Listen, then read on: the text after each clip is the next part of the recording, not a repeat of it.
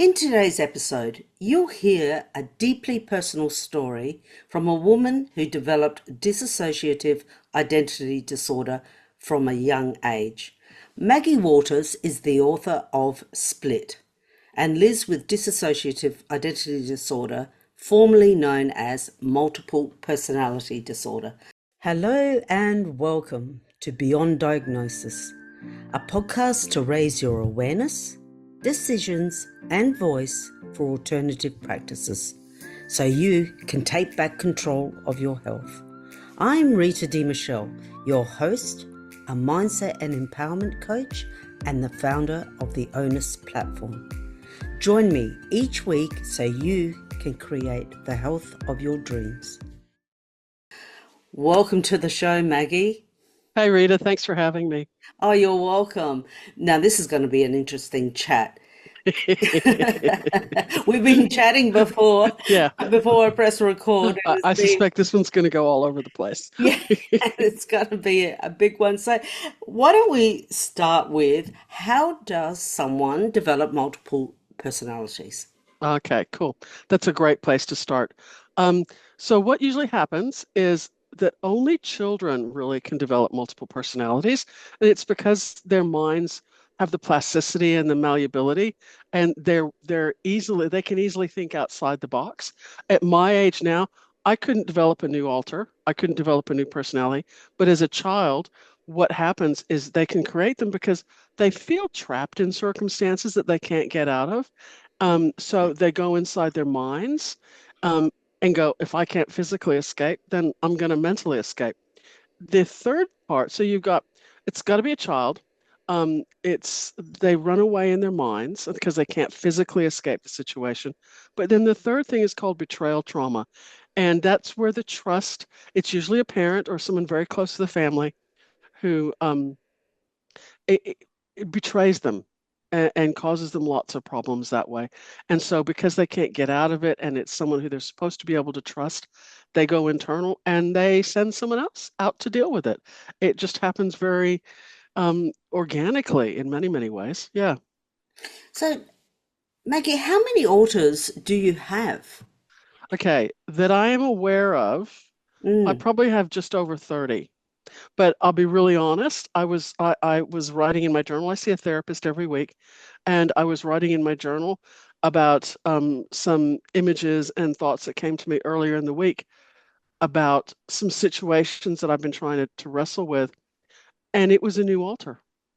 Not that I had just created them, but they'd been hidden away because the trauma that was associated with them was not insidious, but difficult enough that we didn't trust anybody to be able to share it with them. So it was as they've become more trusting of me, and they trust my therapist, that all of a sudden this alter fragment, I'm not sure it's completely developed alter. We can get into that in a minute if you want, but Yeah. they've started presenting themselves. So you can become aware of alters later. But they would have developed and their life, like all of my alters are young girls. There's a couple that have grown up, but most of them are still young girls, and it's kind of like they're on a hamster wheel. They can't get off. They're really stuck in the trauma that they experienced, and so they can't get out of that. Does that make sense? It does make sense, which makes me also ask why would some of your alters grow up and some remain as young girls? That's a really good question. Um, a lot of it has to do with the responsibilities that they have. So for me, um, alters didn't just happen in order to deal with parts of my timeline. My alters developed very specifically to handle certain types of abuse. So if that abuse is no longer living or existing or happening, I should say, um, there's no reason for them to grow up. Whereas I have certain alters, like my alter Annie, my primary alter from my story, she had to manage the entire system of alters, and she had to grow up and she had to become a young adult. And in fact, it's kind of interesting because she can't accept our age these days because she went away and slept for a while. And she's like, I can't believe we're as old as we are sometimes, which is a bit ironic. I wish I was younger than I am, you know. But so if there is very, very specific bits of trauma that girls have to deal with. And I call them my girls. They're the girls. So if one of the girls has to deal with a very specific bit of trauma, and that's all that they do, then there's no reason for them to grow up. Oh, that makes sense. So they're sort of trapped in a time zone, like a Yeah, yeah, in, yeah, exactly. in a time warp sort of thing. Like this Yeah. happened then, I came in at this point, and Mm. now it's not there. And, my therapist can talk to them and try to convince them. And this is one of the places where I get really stuck is he can try to convince them that the abusers are no longer around. I mean, you can tell by my accent, I'm not from Australia. So my abusers are not only are they dead, but we're literally on the other side of the world. And so I cannot, and he cannot, and I cannot. They don't get that they're safe now. They still think that people are going to come back and get them if they talk and all that sort of stuff. So you have to just get help to pacify them so that they don't get triggered too much by my life. Wow, that's interesting. And I want to just touch back on what you said about the fragment of an altar. Is Yeah. that because they were starting to develop as what you were experiencing in life was happening, but then it stopped before they fully developed? No, I mean, I think that's an interesting way to look at it. So I shouldn't say no, but um, an alter fragment, it is not a completely developed personality, but their job, it's not that they were curtailed before they could grow. It's that their job was so specific and so, I don't want to say minute, but very, very controlled that there was no reason for them to do anything else but that. So they're like fragments that I've got, they're not aware of anything outside of their circumstances. If I try to talk to them at times, they freak out because they suddenly realize we're in Australia, we're not in America, because that's not their world. They don't know it. So their scope of understanding is very, very limited. Gosh, it's complex, isn't it? It, yeah, It is really yeah. complex. I understand now why I was having flutters to actually have this conversation because I was thinking this is way beyond my ability. But now speaking to you about it, I'm starting to get a grasp. But what does it actually, Maggie, what does it actually feel like to disassociate? Yep. Actually, there's 3 points to this question. The first one was actually, I'll go back to what I wanted to ask was why 30? Why 30 personalities as opposed, is it because you needed that many, or was one of your identities not coping and then you had to develop another one? Or it seems a lot. I know of a particular case here in Australia where the lady has over 3,000 alters. Yeah. Oh, I've got a really simple system compared to some people. gee, isn't that interesting? You see And now people a lot of have hers are no alter idea. fragments. She's probably got a dozen or so that are real primary and that do run her life. But yeah, 30 is pretty ordinary Ordinary. for someone who's got DID MPD. Yeah. See, for someone like myself, when I hear it, I would go, "Oh, they must probably have another personality. Another one, two, three is what." Mm. I think most people, unless I'm really generalizing, would think that someone would have. When you start going 30, or now you're saying, what was it, 3,000? 3,000. Yeah. 3,000. How, now, this may be a really dumb question. Like, No dumb questions. No how dumb do you questions. They're how not. do you keep up with it? Like they say they talk to you, so Yeah. how would like even 30 having 30 voices? I, I can't stand listening to my husband. Never having Yeah, well, there you go. having 30 voices in my head. So they're not all going at all times. Um, Annie is the primary internal alter, and I do hear her more than others. And there's a few of them that are more dominant, but a lot of them are very content because They know what their trauma is. They sit with it. Like I've got one alter that I describe in the book. Her name is Pretty Girl, and I all the names in the books are all pseudonyms. Their names are actually something different. But what I wanted to do is I wanted to give them names in the books that described what their job was. So I've got one alter named Pretty Girl. Her whole purpose in life is to sit on a bench, to be beautiful, because mother never thought we were beautiful enough for her. She sits on a bench, she looks beautiful, and she's waiting for mother to come and love her. That's all she does in life. She doesn't need to talk to me. She's not particularly interested in discussing things with me because she is content to sit there and wait for mother's love. Oh, And there's quite a few of them that are in that sort of phase. It depends on what role that they were created for. If that makes sense. yes, yes. So, what does it feel like to disassociate? Oh, And it freaks me out. what does it look like for someone who's with you as you're disassociating? Okay, so one of the things to be really aware of. So I'm what's called high functioning, Hmm. which means that unless I choose to tell you, you would never know that I was dissociative. And I manage it really well. My system is mostly these days internal because we're far enough away from the abuse that I've been through enough therapy that my system gets that I will take care of everybody. So there's no reason necessarily all the time for them to dissociate. It has happened a couple of times, and when I get triggered, it's like it drives me bonkers. A good example, and this is from the book, as far as what it looks like, and I try not to laugh too much at this one, but I have my favorite coffee store that I like to go to here in town. And I would go, and they've got an outdoor bar where you can stand and you can just wait to get your coffee. And so I was waiting to get my coffee one day, and this guy walks up. So I should back up and say that I have an alter called, in the book, I call her Slut Girl because her sole purpose was to enjoy sex.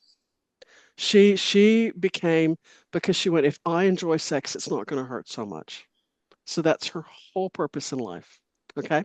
So that's the premise to me standing at the bar, waiting for my coffee, and this guy walks up in a really tight shirt and really tight pants. And I'm hearing this dialogue in my head from her about how much she'd like to jump his bones. Okay. She thinks it would be really great. And so I'm going, oh, just shut up. I just need to deal with this. And I look up and he's staring at me like I'm the most disgusting person in the whole wide world. And I don't know this for sure, and this is part of the dissociation, but it was this look of how in the world could you say that sort of stuff for me? I am fairly sure that I actually said something, Slut Girl actually said something to him that it just triggered me. I wasn't aware of it, and it happened. And let me tell you, I grabbed that coffee as quickly as I could, and I got out of there. You know, so that's fairly benign. I live in a small regional area, so I really hope I don't ever see this guy again. But that's a fairly benign situation.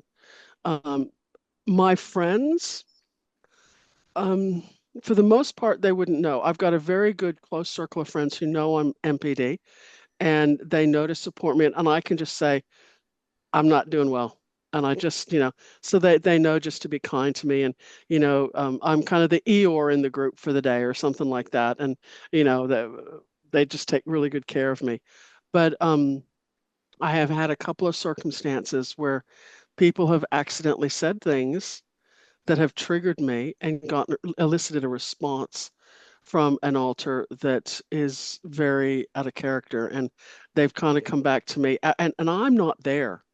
I just kind of go, what just happened? And it can be 10 seconds, it can be 10 minutes. One I was it was during COVID and I was doing walk with a good friend and she said something and I just lost it. And I literally lost time. And Mhm. then all of a sudden I was like, she goes, "Are you okay? I think that might have been an alter talking to me because you don't normally treat me so crappy." So um so that's how it happens. I how can I phrase this? My alters are really controlled, and they probably really only come out in a strong way around if it's if it's a real hardcore social justice situation where there's been a lot of unfairness, or that my friends are really trusted. And then they might come out, and my friends know to go, hang on, whoa, are you okay? Right. And then we move on with life because they know that's just who I am.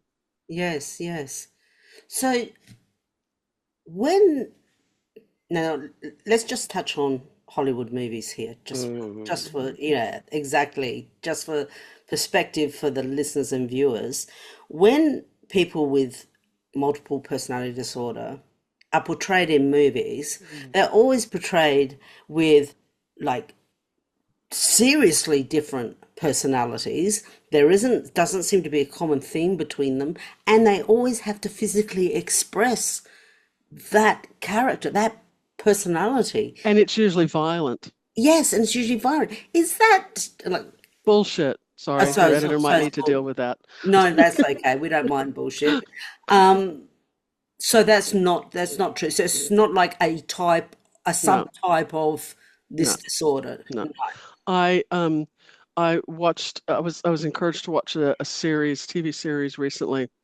And while I think artistically and in many ways they dealt with the topic of DID quite well, the premise was still around someone going out and shooting someone.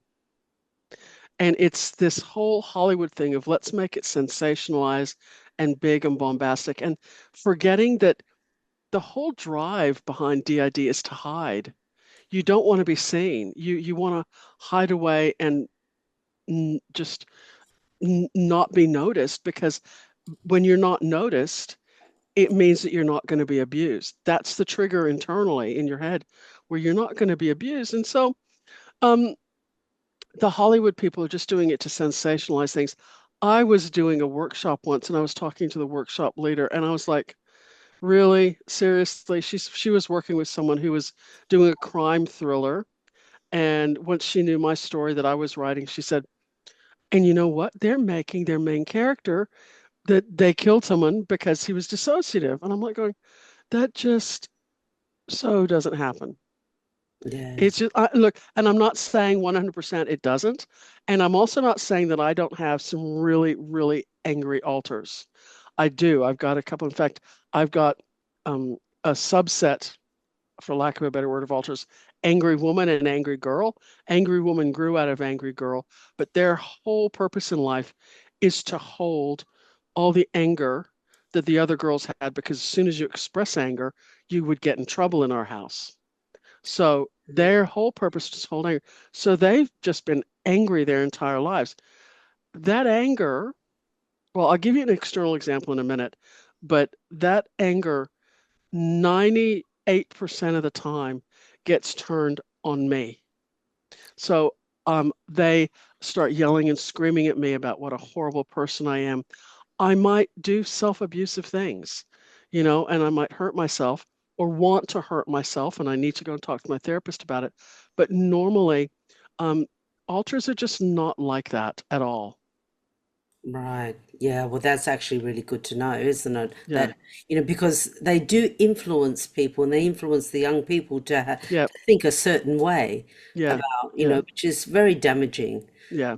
So, There is a growing trend on TikTok and in social media for young adults and kids to be self-diagnosing themselves as having DID, and it's so dangerous, and it just shows the impact that social media and Hollywood has had on them. It's horrible. it is horrible. There's a lot of conditions that trend, and you look Yep, at it and you think, someone says, oh, this is how you recognize ADHD. All of a sudden, everybody's diagnosing people with ADHD yep, or with bipolar or yep, or something. And it's like incredible. All this self-diagnosis, yeah, especially for mental health, yeah, is yeah, incredible. Like you can look up a condition on Google it or listen to this Google podcast. Doc is really, he's Yeah. terrible. And you might go, oh, identify with those symptoms, etc. But mental health is just another category that Yeah, this generalization and this, blanket yeah, diagnosing of people is just so harmful. yeah. And that brings me to actually ask you, you're pretty adamant, you want people to know that this isn't a mental illness.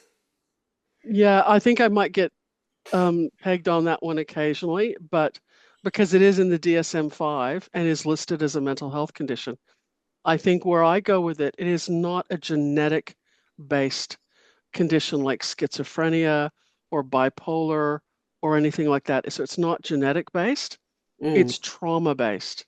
So, which means at the end of the day, it's actually a really creative coping mechanism. yeah. Oh, wow. So it's like Great it's understanding. not genetically inbred into me, but my brain had to go, wow, I need to be creative here and I need to figure out how to deal and how to live with the trauma that's going on. So I see it as a creative gift. I've had people say to me, you're really a superhero for how you've actually managed all this stuff. And I'm going, actually, I'm not. My alters are my superheroes. My girls are my superheroes. They lived through it because I was asleep for my entire childhood. I didn't come back until it's close to 30. So I was asleep from about 3 to 30. So I have, you know, the knowledge that I have of my childhood and my young adult life is from Annie and what the other girls choose to share with me. So they're the ones who lived it all. So they're my heroes and they are creative geniuses as far as I'm concerned. That's incredible. So that actually brings me to ask Maggie, so if you were asleep until you were between 3 and 30, Yep. and this might be a really basic question, well then who went through life? Who, like for example, little girl, who went to school, who developed friends, who did That all was Annie. She was my primary alter. And in fact, for the longest time, until uh, we started. So I've had four therapists in my life, and until we started seeing number two, and he diagnosed us as having MPD, um, she thought that she was just who she was. And so far, she didn't realize she was multiple. And it just all came flooding back to her and started making sense. And she had to really struggle with a lot of that. So Annie lived most of our childhood and youth. and was Annie Maggie named Maggie in the real world, or was Annie named Annie in the real world? Annie was named Annie in the real world. And people go, oh, so how'd the name change? And I wish I could give you a really funky psychological explanation. All I can say is that I met my partner online and I wanted to have a pseudonym online. So I started using Maggie. And she actually met him before I came back. So she knew him. She actually agreed to marry him and all that sort of stuff. So she met him and she wanted a pseudonym. And so she online was going by Maggie. My husband's always known us as Maggie. I moved to this country and it just seemed logical to keep the name. It was just the easy thing to do. Nothing completely complex at all about it. Oh, I see. So your birth name is Annie. Yeah. Oh, okay. Okay. So I've got a first name, I've got a middle name, and my last name. So it's Maggie Annie Walters. That's my name. Right. Okay. I see where it all. Jeez. Have I screwed with your brain a bit too much today? Sorry. No, no, that's fine. I mean, one of the questions, I mean, I guess this was going to be one that was towards the end, but do you, I assume that you live in peace. You have peace in your mind. It's not chattering, or is it chattering all the time? Um, I like to say that I have a dysfunctional family living in my brain. We all have dysfunctional families to certain extents. I mean, if anybody says they've got the perfect family, Oh, no. no, no. Everybody's got some sort of dysfunctional family, and you just learn to exist with it, and you cope with it, and you get through it. So I just kind of go, I have a dysfunctional family living in my brain, and some days are better than others. Yes, yeah, absolutely. So for somebody who is experiencing this, or maybe they haven't been diagnosed, or they have been diagnosed, but the family is struggling to understand, Mm. what would you say to them, their family, and what are some of the myths around it that you want them not to believe? Okay, so really got two very separate questions. Yeah. So one is about family and support. Mm. My family support has not been that great. I wish it was better. I think my partner really wanted to understand, but it became too much, so we just agreed not to talk about it, which is a whole nother ball of issues that I have to deal with. My kids know when I decided that I was actually going to publish this book. They've known about my abusive history. They knew about that once they were old enough. So my kids are all young adults now. The youngest is about to turn 18. Then I've got a 19-year-old and a 22-year-old. Yes. Happy birthday, Leia. It's her birthday today. Anyway, I just realized that if this book is going to go public, I'd never told them that I was MPD. And so I needed to, and they were great about it. They were absolutely great about it. The kids were fabulous. So they accept it and they tease me about it from time to time. If I'm getting frustrated about something at home, they'll kind of go, "Is that you or is that an altar?" You know? Who's And telling me off? yeah, pretty much. Well, and it was funny because one of my sons basically said to me, so if any time that you're getting really ticked off at me at home, does that mean it's an altar? And I just was like, yeah, no, sweetie, sometimes you just drive me bonkers. Yeah. That's So, wonderful. That's so wonderful. yeah. I mean, look, if someone's living with someone who's just coming to terms with the fact that they're multiple, Mm. um, they just need lots of space to process, and they need, and I need friends to be present in the room when I'm having a hard time. I don't need someone who's going to have all the answers. That's my therapist's job. I just need friends who can sit with me and can say, okay, let's go to a movie, let's go have a cup of coffee, let's go have a drink, let's do something that reminds me that life is real, that I don't have to be constantly floating around inside my head, but I can live my life the way it should be and enjoy my friends and my mates. So I'm very fortunate to have a small group of friends like that, probably half a dozen or so, that I would trust with the real intimacy of what's going on with me.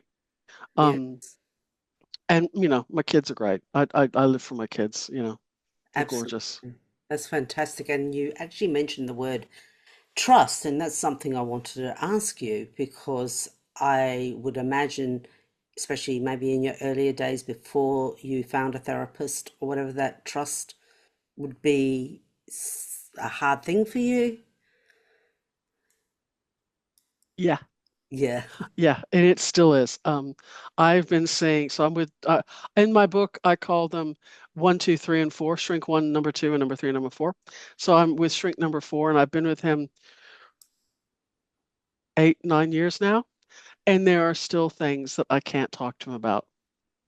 Um, just because we have been so conditioned to believe that we're going to be betrayed and that we're going to be screwed over and somebody's going to do us in, that it doesn't matter how consistent he is. And ironically, all my therapists have been guys, which you would think is a bit unusual. Mm, But here in Australia, it's hard to get a good female psychologist who understands DID. And I went to this guy because he did understand MPD. So that worked for us. But trust is a huge issue, you know, and because we spend our lives hiding our trauma and who we are because even today, the world still sees us as psychotic. I was doing a talk up in the Blue Mountains, and somebody came along who I knew from when we'd lived in the Blue Mountains before. And I knew they were going to say something. And we got to the end where we opened it up for Q&A. And they looked at me and they said, you can talk about it being a creative coping mechanism all you want. But he looked straight at me and he goes, but it's still a mental illness. wow, how And I went, arrogant. oh crap, and then I tried to talk about how it wasn't genetic based and all that sort of stuff. And he said, yeah, you can say that all you want, but it's still a mental illness. Fortunately, the person I was in conversation with got where this guy was going. He just wanted to pull me down and make me look like an idiot. And he unfortunately kind of succeeded because he really rattled me. Um, but I tell that story to remind people that there is still a lot of ignorance in this world. People want to put you in a hole. Those are the sorts of things that make me not trust. And it was interesting because there was a bookstore that had been there selling my books at the talk. And the next day I went in to see them because they wanted a few more. And she said, "You know what? That guy last night," she said, "he's why you're doing this.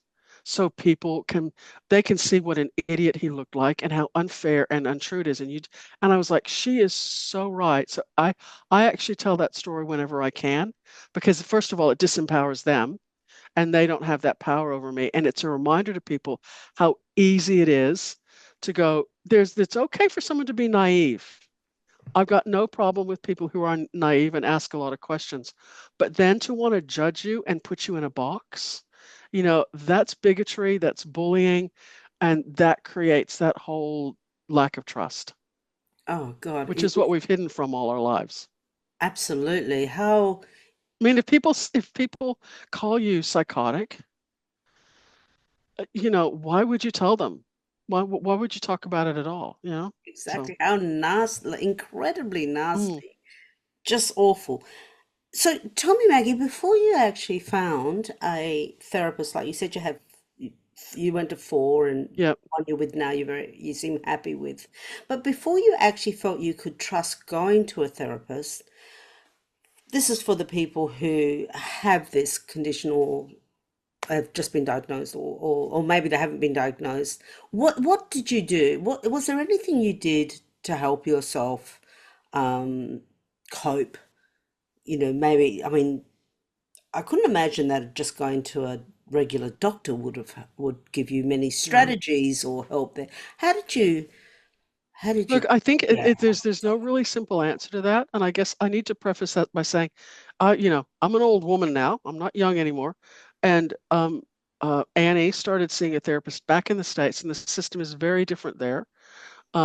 And she was forced to go see because of some coping mechanisms. She was doing a lot of lashing out. She was very angry. She was losing time, and so she was sent by some people who she trusted, um, and said, "You need to go see a therapist." So she went and saw therapist number one. He was all right, but it wasn't until the same situation happened again with another boss who said, "Here's the phone number of someone." Mm, And this guy actually had significant experience, unbeknownst to her, of working with people who are multiple. And I mean, Annie had a really hard time.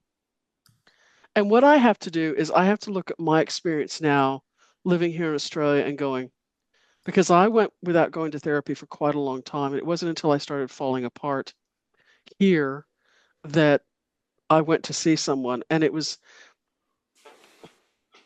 I think it really revolves around going, I care about myself enough and I understand that I'm not functioning well, that I actually found the grit and the determination to actually go and see someone. mm, Um, and and if you don't have a support network, so like at that point, I was I was pretending I wasn't multiple. I lived in Australia for quite a long time before I was going, I'm on the other side of the world now. Nobody needs to know I'm multiple. That was so stupid. You can't run from it. And I, if some people are struggling to go and see a therapist, especially if they know that they're multiple, the resources in Australia are very difficult to come by. I lucked out with number four. When I first started seeing him, um, he'd seen two other previous clients, and we're in a regional area. We're not in a city. So I was really fortunate to come upon him. mhm. Um, and I know other people really struggle to find someone who gets MPD. Um, and it's not an easy road. There are no simple answers.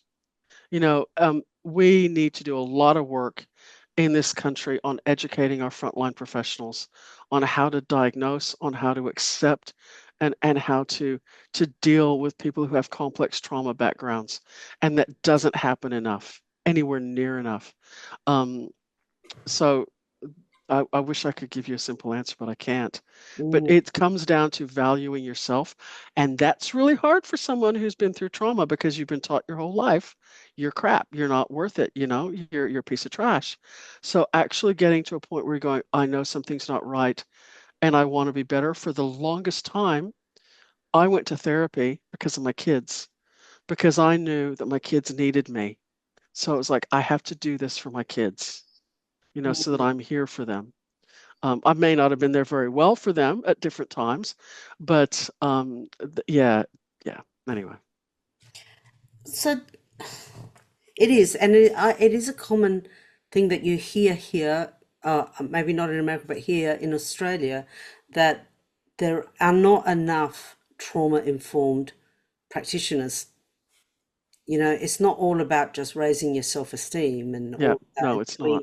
doing a No, better job or yeah, whatever. It is, so many people experience trauma on various levels. Yours absolutely. would be one of the highest, I Yeah, assume. Um, do they prescribe any sort of medication, or have you found any alternative therapies or alternative sort of yeah, supplements or anything yeah. that has helped you? Like, Yeah, so medication doesn't work for people who are DID. You might be able to treat anxiety, which maybe one of your alters is experiencing anxiety, or you can't sleep or things like that. So you might be able to do that. My problem came with pills and drugs. I can't take pills and drugs because there was a period of time where I was being drugged to be compliant. And wow, so and as within the last 5 or 6 years, I went through a period here where I was quite suicidal. And my therapist said, okay, I really think it's time to really look at the possibility of just trying some mild antidepressants to see if that'll help. And I finally acquiesced and I said, yeah, okay, I've got to try something. I basically went comatose wow, and I took on like the lightest dosage of whatever it was that they put me on. And I just couldn't do it anymore. So I have had to basically suck it up. And I've had to realize that if I'm in a really dark place, what I have found, and I think a lot of people who go through therapy would do the same thing, is writing in a journal, you know? It really writing stuff out and getting it out of your head onto paper. It's something magical about getting the crap out of your head, putting it on paper, and then you put it away so you deal with it another day, or when you go into the therapist's office. For me as an author, I have found, especially with Split, and the second book I'm working on, it's starting to be the same way as well. You get that initial story out, but then as you edit it, it takes the power out of it. You're editing it to make it more not palatable, but to be more manageable, to be a story that you can tell and you can grow from. And it's like, so you're editing it out the pain, you're editing out all the crap, and so you can learn to live with it. yes. Yeah. So that's actually worked for me. I would encourage anybody, you know, who is needing to do therapy to be writing in a journal, whether they take it in or not. I take my journal in every week, and my therapist spends about 10 minutes going through it and looking at stuff, and then we talk from that because I do dissociate regularly, and it gives him bits and bobs to work with, and we can go and try to put pictures back together again. That is such great advice, and journaling is. I mean, journaling. That's another big wave of the self-help that, and I think Absolutely. that is actually a very good one, a productive Yeah. one that's out there, encouraging people to journal. And when you say this is something people say, oh, when I go to think about something or whatever, I lose it and I disassociate. Like I go blank and I disassociate.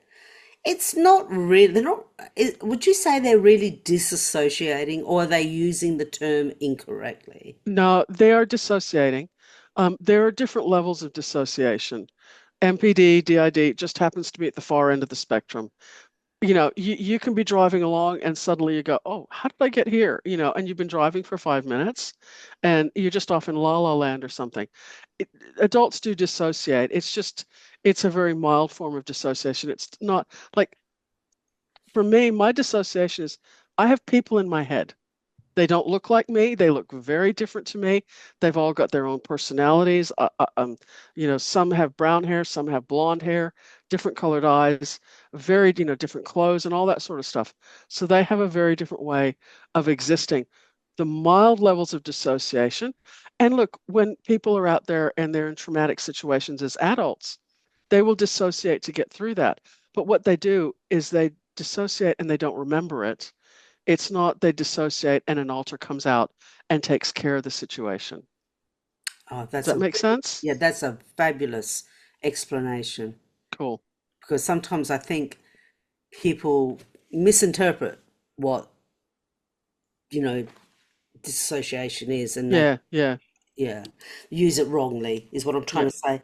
So for someone who has this and is considering therapy, but is nervous, Mm, can I just explore a little bit? So when you go to the therapy and the therapist, it's about, obviously you have to trust the therapist.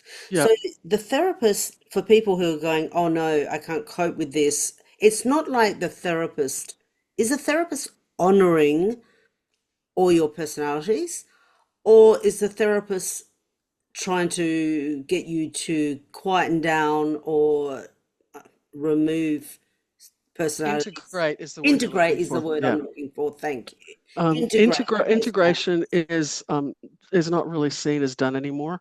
It's back to that. My therapist and I have talked about this a couple of times. It's like family therapy. You're just learning how to live with each other. And sometimes certain people need to talk more than others.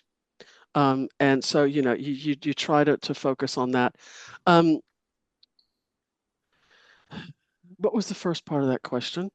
It was, if people were feeling nervous about going to yeah, yeah. therapy because they Um, don't know what exactly is the therapist trying to do yeah, okay. to them. So you'll find that unless someone has been previously diagnosed as having DID, they're probably not aware that that's what they've got. They're going in to see a therapist because either a friend has said you're acting really weird, you've got lots of personality issues, you're all over the place, or something just doesn't feel right. That's why you usually start. When I started with number four, I went in and he knew, and we've talked about this since, and I'm kind of going, I was a little bit taken aback by it, but um, he knew when I came in that I was diagnosed with MPD. But even when I came in to see him, he held back and he did not want to diagnose me because he had to come at it fresh. And he wanted to make sure that he was understanding who I was as an individual before going to the diagnosis. I will tell you, we got there really quick. He was like, yeah, you are DID. That's not a problem. But I think that a lot of people who are wanting to see a therapist, if they suspect they're DID, then they should just say that to the person when they go in. And they might not be, and that's okay too. I mean, I wish I could say that, but although that's not true, I cannot imagine. I digress here. It must be really boring in a neurotypical mind. And it just be one voice speaking to you. How boring, I gee, know, I know. I was just instead of like, a I party. can't imagine what that would be like. But you know, they need to understand that it's also okay to not trust their therapist. Mm. Trust is earned. You don't just go in and I said this to my therapist at one point, and he went, yes. And I said, what I've come to terms with is the fact is that you're just a guy whose day job happens to be as a therapist. And he's no better or worse than anybody else. He's just a normal human being. I am sure he has his issues, although I'm not, yeah, I'm not paying him money to listen to his issues. We're talking about me. Um, but they're just people, and they have to earn your trust the way everybody else has to earn trust. if that makes sense. Yes. And Yes. you need to not go in there going, and there's some people who need to do the verbal diarrhea because that's where their hearts are at, and that's fine too. But there's other people who it takes them a long time to get to a point where they're actually willing to be able to discuss stuff. Like I said, I've, been seeing him 8 or 9 years, and there's still a couple things that I have not been able to discuss with him. And I'm gonna have to get there at some point, but that's okay. Not today. Would another author discuss that with him as opposed to you? I think they'd happily discuss it with him. The challenge that I have is that I don't like to let my alters talk. I'm so high functioning that I can actually, unless some trigger happens and I'm blindsided, I can actually control my alters. And what we will end up doing is, especially Annie, she sits on my shoulder, and if I'm sitting here talking to my therapist, she'll start yakking at me. And I'm going, oh, and Annie thinks blah, blah, blah, blah, blah, blah, blah. And he just laughs. And he goes, do you want me to talk to her? I go, not today. I don't want you to talk to her today. I'm just as screwed up as everybody else. It sounds like there's one author that's kind of like the parent. Is that right? That one goes, you know what? No, you can't do. No, you have to be quiet. Yeah, and they're not necessarily a good parent. Oh, that's interesting. I often think that I don't let my alters talk enough. Ah, And um, I need to work on that one. yes. Well, I tell you, Maggie, what a life. An incredible story. And I do believe that you are very passionate about being an advocate around Yeah, this. yeah, Not sitting in your story and yeah, talking about the horror of it, but rising up above and yeah. actually educating the public. That's the And whole reason why I'm doing this. Yeah, yes, and I think it needs to because you could imagine the confusion because some people would say quickly label someone as schizophrenic, for yeah. example. That's You rude. know, Yeah, it's like, and I have no idea what I mean. Both sound like voices in your head. I would have absolutely no idea what it would feel like to know the difference between being schizophrenic and multiple personality disorder. yeah, See? So everybody's quick to like slap a label, yep, even wrongly. So the fact that you are talking about your experience, I think, is so incredible. And I do admire you that you have the resolve and the strength to actually get up each day, do this so powerfully, so um, eloquently, so articulately about your life. And I think it's incredible. I really Well, do. thank you. Thank Yes. you. And I think you will become a very powerful advocate. I constantly say to people, my goal is to reduce stigmas and challenge the narrative around complex mental health. You know, Yes. we, and to not ostracize people. We need to stay in the room. If someone's struggling, we just need to stay in the room. You don't have to have answers. Let's just be there for each other. And I think that and the transparency that is needed with that would go a long way towards healing a lot of broken hearts. And Absolutely. that's a simplistic answer. I realize that. I'm not a fool in that respect, but I would like to think, and I mean, my therapist has said it to me, and I've heard other therapists say that the biggest challenge that they have is their clients don't have a good support network so that they can work through their crap and then have that support network outside of therapy. And more of us need to be that support network. That is a really good message. Do you know of support networks or is there not enough or they don't? There's not enough, but you've got Sane. Sane is doing a lot of good work in the area of providing resources. They've got a great podcast out, um, and Blue Knot. Blue Knot actually specifically focuses on complex trauma, and I've got a list of all those in the back of my book. Oh, Um, good. yeah, yeah, so. Um, it's really I just think it's really important. Those organizations need to be really supported, and we need to be doing what we can to talk about it even more. Excellent. Maggie, it has been an amazing chat. I loved hearing about everything and the way you actually live your life, Thank you. having this condition. You're not curled up in a fetal position, on your bed, etc. You're actually out there in the world, Yeah. you know, very powerfully, which is fantastic. And I love the way that you're helping people. You're using what's happened to you to actually help other people, which Yeah, is that's the goal. incredible. That's the goal. Yes. So where do you have we'll have a link for your Yep. book Yep. in the show Um, notes. yeah, you can get it off my website, maggie-walters.com. And then if you want an audiobook or an EPUB, you can go to any of the major retailers and get it there. Fantastic. So everyone, Maggie's details will be in the show notes. It has been so fantastic having you on the show and I appreciate it very much. Thanks for having me, Rita. Appreciate it. You're welcome. I would love to know, what was the biggest insight or aha moment you got from this interview? So you can now speak up, take action, and make informed decisions for your health.